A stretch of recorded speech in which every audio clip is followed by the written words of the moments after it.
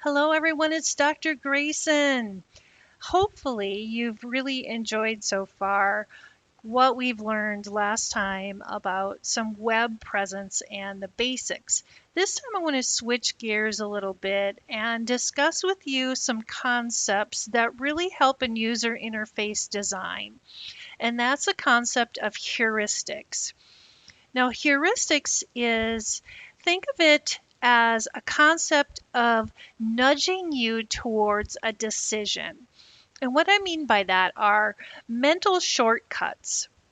So, heuristics really, now that you've identified your target audience, you've created a brand identity, you've thought about how you're going to build your site, who's going to host it.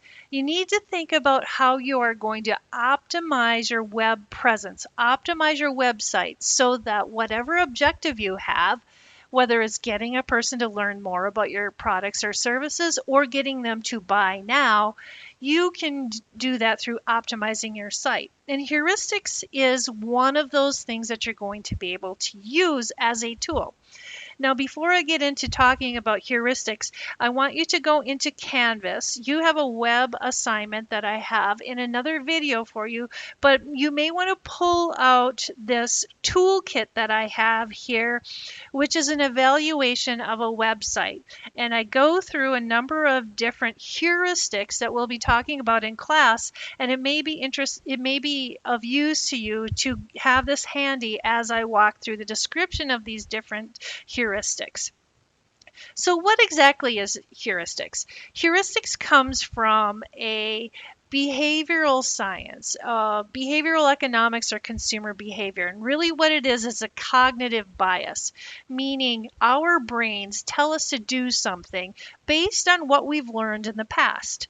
So a heuristic is what I call a mental shortcut or a rule of thumb. Now, the heuristics that we're talking about from a general behavioral economics or consumer behavior comes from this great book here called Nudge, which was written by Thayer and Susstein. And this is a Nobel Prize winning book, and it really does help us understand that we as marketers can make shortcuts or help people make decisions easier by creating shortcuts so that they don't have to think about what they're doing. So I'm going to go through a few that they have in the book of Nudge. And if you take consumer behavior from me, I have you read this book. It's really a good read and one you'll want to have on your bookshelf.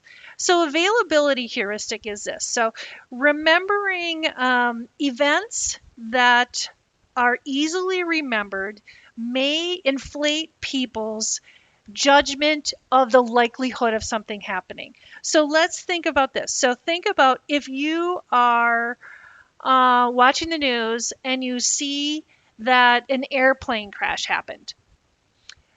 You might automatically think that I'm afraid to go on an airplane because an airplane just crashed. When you think about it, though, logically, there are far more automobile accidents and you're more likely to get hurt or killed in a car crash than you ever would be on an airplane. So having something front and center in the news heightens our awareness and, impairs our judgment as to the likelihood that it might happen. That is called the availability heuristic. You might think of things like, if there's a jobs report that comes out, jobs are being eliminated. You might worry about your job, even though you might be in a very secure job. I talked about the airplane crash. Maybe it's really interesting to think about this concept. So after there's a big lottery win, that is when the most lottery tickets are sold, because it's front and center and you think your probability is going to be higher to win when there's more exposure around a lottery ticket. So availability heuristic can also be the fear of missing out, or FOMO as we like to call it. So here's how we use it in the School of Marketing. You will see in lots of promotions things like don't miss out, or last one available, or lock in your pricing now. So we use words and copywriting to make you think that if you don't do it now, if you don't act now, you're going to miss out. So we call this availability heuristic. You can also see this very clearly on lots of different websites. So this is a web page from Delta Airlines, and here I want to show you. There's a different heuristic here, but I want to show you here that it's like, okay, if you want to get a main cabin seat at $393, there's only one left at this price. Over here, there's only two left at this price. So we're using the availability heuristic to nudge you into making a decision, or making you think that if you don't act now, you're going to miss out. Another heuristic is called representativeness. And what this is that what we do is we judge the probability of one event happening based on a comparable known event. So we classify things into what I call a stereotype. And the fallacy is that even though we're looking at something stereotypically, it doesn't predict an event. So if you were to look at, if any of you have ever seen the movie Legally Blonde, you know that you've got our star here, Reese Witherspoon, who is, the hot Californian college student who tries to get in, who gets into Harvard because her boyfriend is going there. And this happens to be the boyfriend's secret girlfriend that goes to Harvard. Now, if you were to look at these two images, you may think, okay, which one of these are more likely to go to Harvard? Is it the hot California chick, or is it more of the blue-blooded East Coast type that maybe had a relative go to Harvard? So the problem, they both got into Harvard for different reasons, but you may make a judgment that maybe she's going to go into Harvard. So that is the representative effect. We also have something called the decoy effect, and this is something that we use in web heuristics all the time. Now, the decoy effect is we will show you three different price points on three very similar products. So the preferences for either A or B, so here we have 914 or 1054, will, if you have a preference for either A or B, and you change your favorite, you will change in your favorite option of B when C is introduced. So if you have these two together, you are going to choose A. If we then put in option C, as you can see here that the price difference is only $20, you automatically think that the middle one is a better deal. But in no way is it better. It's just a trigger that we use on your mind, and it is called a decoy effect. So you will see this a lot of times on the websites when you're dealing with pricing. So once you get a third one into effect, your brain is starting to think the middle one is better. Now, an anchoring bias is that we as humans have a tendency to rely too heavily on the first piece of information we see. And that is really going to sway anything that we see thereafter. So once you've already looked at, say, for example, the MacBook Air here, which is significantly higher in price than anything that comes after, you are going to compare each one of these other products to the first one that you see. So regardless of the legitimacy of that first anchor, that is what we're going to compare everything else against. Now we can see anchoring bias. This is show the savings. So in this case, if you've ever tried to book a hotel room or anything else, you will see that we are going to anchor this original price, $299. You'll see this at many different places in retail organizations, but we're going to show you the great rate of $65. So you're already making an inference that $65, I'm getting a great deal, even though maybe the manufacturer standard retail price of $299 is never ever sold at that price. You think you're getting a good deal based on the $65. Now, another anchoring is to show the most expensive first. So if you show the most expensive first, and then it's followed by lesser expensive, least expensive, you might be more likely to take the most expensive one. Or maybe you will take one that is lesser $14.99 looks pretty good when you put it next to $299. So instead of getting the free one, you might think, well, look at this, might be a better value. I might be getting more things. Another thing that we do is we will show you this is the best option for you. So anchoring in the most expensive first. And this is also, I had mentioned, showing you a lot of software products will do this, and that they will suggest a price for you based on what we know about you or what you've selected. This is the best one. So these again are anchoring prices and helping you nudge you into making a decision. So those are behavioral economics, consumer behavior theories that we use in any of our marketing practices, but more particularly it's easier to test and learn when we have something on the web. Now we're going to switch gears into usability heuristics. Now, usability comes from Jacob Nielsen, and he had created 10 usability heuristics that help us design our websites better to help the consumer remember, make a shortcut, or help the mind make a decision easier. So we're going to go through each of these. The first one is visibility of system status. So you'll notice these a lot of times, like if you're on DoorDash or if you're on Domino's or some other place, we are going to show you within the website or the app design that where you are in the process. I know what's going on. I've already put in my DoorDash order. Now I know that they're prepping it. I know that, my dasher is on its way. The dasher's pulling up. The dasher's coming to my door now. The dasher already pulled it up. They took a picture of it and so on. So these are allowing you peace of mind by understanding what is going on. Then we have the thing of match between system in the real world. So if you've ever had on your PC, when you've got files you've put in your trash because they've got little trash can here, and then they have empty. Or maybe we're going to tell you, something went wrong. There's a problem with your link. Or even a chatbot is, how can I help you today? So basically this is, I know what you're talking about. I want to help the system use your language. So you're not putting some like 404 or 601 or some other kind of coding error up there.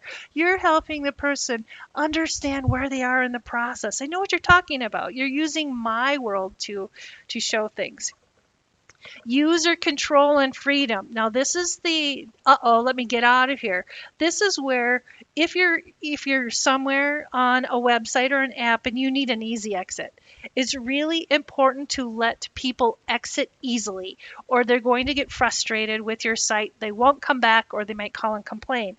I just had this on a DoorDash order where I left something in my cart. It wasn't that easy for me to figure out, well, I added something to the cart, but I don't really want it. I had to go in there. I had to click. I couldn't just say cancel order. I had to go in there and remove the item from my app to get back. And then, of course, I get the little message saying, oh, you left something in your cart. So allowing people to get out or have control over the site is really important. So do you want to discard it or do you want to keep it when you're deleting it? Do you really, really want to delete this file? So it's letting you get out, but also giving you sort of a safety net as to not to make a bad decision. Then we have consistency and standards. This is familiar to me.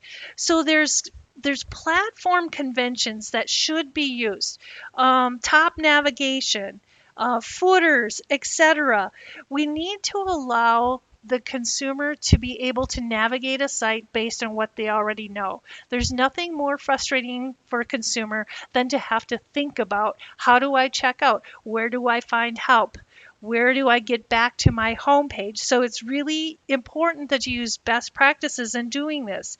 As I mentioned, you will see that there are best practices in headers and footers. So if you are using a web builder or you're creating your own website, you'll want to make sure that you use a consistent header or footer. So you can see here the cart's always on the right side. You always want to show people, do you have something in your cart or don't you?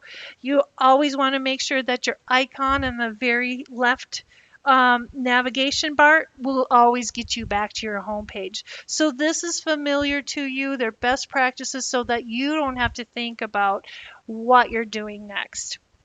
Error prevention, I talked a little bit about this before. So you want to put steps within your apps, within your website design that prevents errors. So if something really bad is going to happen, help somebody understand, you know, if you do this, it might harm you. Or if, there's if there's a password that you have to use certain characters, show people what to do. Tell them what error they made so they don't have to figure it out on their own. Recognition with a recall. Now, this is using your memory of things you've done in the past. So if you've ever used Netflix or any other sort of streaming service, you get to select who it is in your household using that. And of course, it's going to remember what you've already done in the past because we are creatures of habit. It's going to recognize that, hey, you're back. Kristy, it's so good to see you. And remember, this is done by cookies on websites, and it's also done by what we've known on paid subscription services. So if you remember me, I don't have to go back and start over. It's going to just be easier for me. I love this when I'm using a grocery website, and it will remember everything that I've put in my cart the last time that I've ordered delivery for my groceries, and then I can just go, oh yeah, this, because if you've taken consumer behavior, we generally have 150 products that we use in our lifetime. So if they can remember that for us, it just helps us save time and energy. Flexibility and ease of use. This is the what you see is what you get. For inexperienced users, it's really nice to be able to see, if I'm going to buy this expensive North Face jacket, I want to look at the front of it, the back of it, tell me what the colors are, what sizes are available, so that I really can make a great decision. Ease of use. If you don't like something on an app or a website, get rid of it. Give the person the control to be able to turn it off. Now, let's talk a little bit about aesthetics and minimalist design. The web builders are really good at helping you design. Some are better than others, but the less you have on your website, the more you can communicate visually or with very short, succinct copy, the better. Minimalist will always be better on a website than having too much stuff. I know if you're doing an e-commerce site, you're going to have catalog pages that might have many, many different options. But if you have, if you're trying to communicate a message, try to make as clear as possible. Very minimalist. So Google is amazing at this. Apple is amazing at this. You can identify right away that they're not going to muck up with too many words, with too many products. You're going to feel a level of comfort when you go to seeing a very well put together, minimalist, beautifully aesthetic site. Help recognize, diagnose, and recover from errors. So if you could see, we couldn't find you, or you know what, your account may not be activated right now or available. Whoops, you're offline. Help people know that, something's wrong, and guide them into how to fix it. And by doing that, help and documentation is so important. So make sure that you either have a chatbot on your site or that you have good FAQs. You can figure out where support is. Don't ever leave the phone number off of your site if you can help it. There are still people who want to talk to a real human being. So if you make it too difficult, you're going to lose the sale and you might lose a customer. So make sure your help and documentation is very clear, and there's lots of good tools to allow you to be able to do this. So, heuristics. I know that was a lot of information. I could spend an entire semester on this, but I want you to remember this. A heuristic is a mental shortcut, a rule of thumb. Things to help nudge you into making a decision, help you feel comfortable, and to be able to navigate the experience well. So I want you to think about how you are going to use heuristics in web optimization. So I hope you've enjoyed this. Again, if you have any questions at all, feel free to email me in Canvas. And as always, if you haven't already, please subscribe to my YouTube channel. There are lots of videos on here as well as some goofy ones too. So, anyways, it was really great to share this information with you. I hope you found it helpful and have a fantastic day.